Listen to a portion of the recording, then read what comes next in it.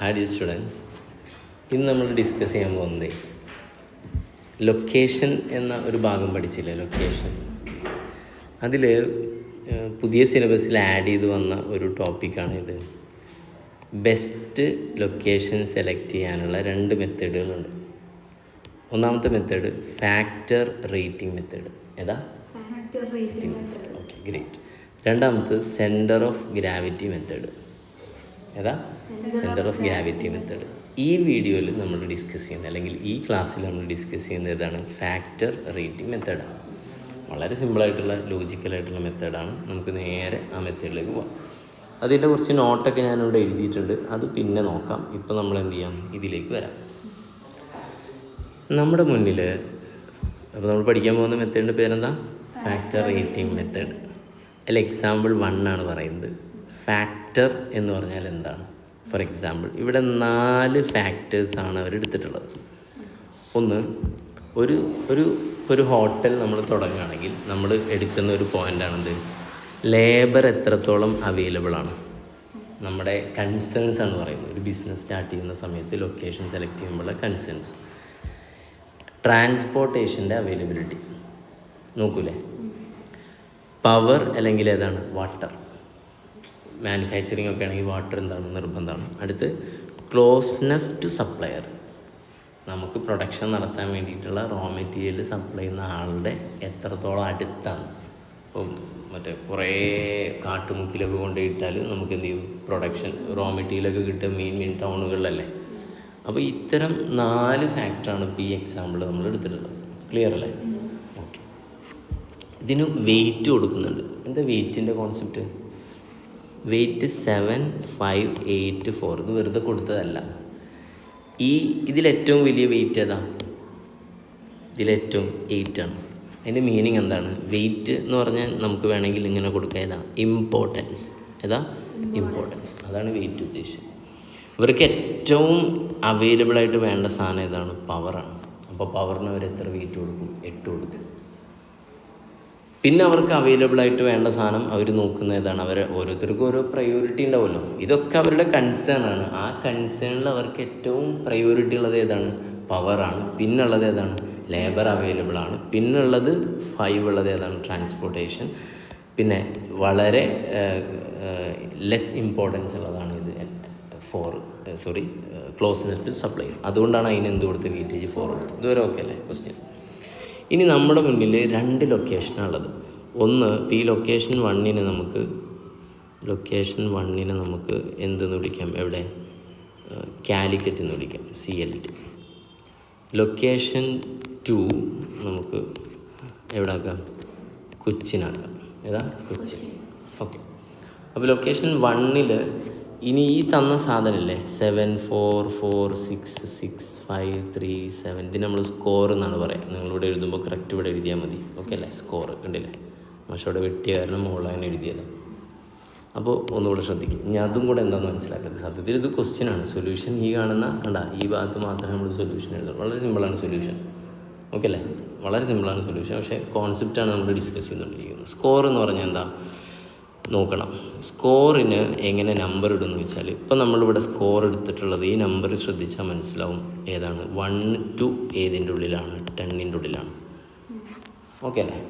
അതൊക്കെ നമുക്ക് എന്ത് ചെയ്യാം? കമ്പനിക്ക് തീരുമാനിക്കാം. ചിലപ്പോൾ 1 മുതൽ 100 വരെയുള്ള ഒരു സ്കോർ തിരഞ്ഞെടുക്കാം. എന്നിട്ട് ലേബർ അവൈലബിലിറ്റിയിൽ ലൊക്കേഷൻ 1ന് എത്ര സ്കോർ? 7. മറ്റെത്രയാണ്? 6. ഏതാണ് ബെസ്റ്റ് ലൊക്കേഷൻ? ലൊക്കേഷൻ 1 ആണ് ലേബറിൻ്റെ. അടുത്ത ലൊക്കേഷൻ 1ഉം 2. ട്രാൻസ്പോർട്ടേഷൻ്റെ കൺസേൺ നോക്കുമ്പോൾ ബെസ്റ്റ് ഏതാണ്? ലൊക്കേഷൻ 2 ആണ്. പവർ നോക്കുമ്പോൾ ലൊക്കേഷൻ ഏതാണ്? 1 ആണ്. ക്ലോസ്നെസ് നോക്കുമ്പോൾ ലൊക്കേഷൻ ഏതാണ്? പലതും നോക്കുമ്പോൾ പലതും എന്താണ്? വ്യത്യസ്തമായി കാണും. അപ്പോൾ ഇത്തരം സാഹചര്യങ്ങളാണ് നമ്മൾ പ്രൊഡക്റ്റ് എന്ന ഒരു കോൺസെപ്റ്റിലേക്ക് എന്തിലേക്ക് പോവാം? പ്രൊഡക്റ്റ്. ഓക്കെ അല്ലേ? അപ്പോൾ ഇതിൻ്റെ എന്തെടുക്കാൻ? നമ്മൾ പ്രൊഡക്റ്റ് എടുക്കാൻ പോകണം. ഇവിടെ നമ്മൾ എഴുതാൻ പോകുന്നത് ഏതാണ്? പ്രൊഡക്റ്റ്. കാൽക്കുലേറ്റർ എടുത്ത പ്രൊഡക്റ്റ്.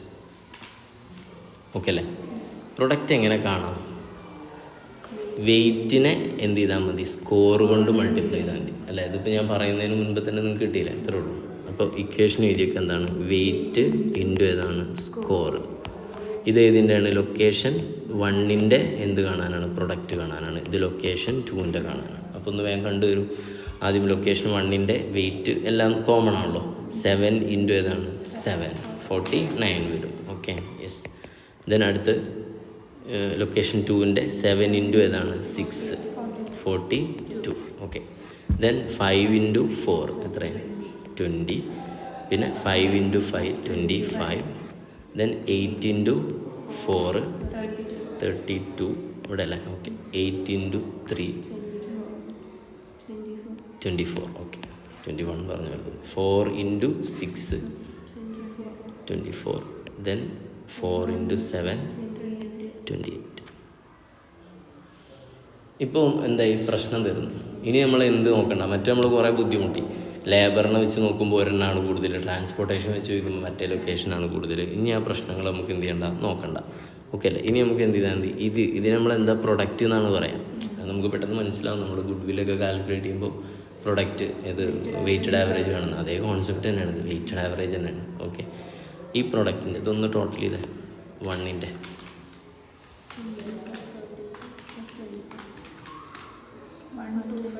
125. ഓക്കെ, അടുത്ത്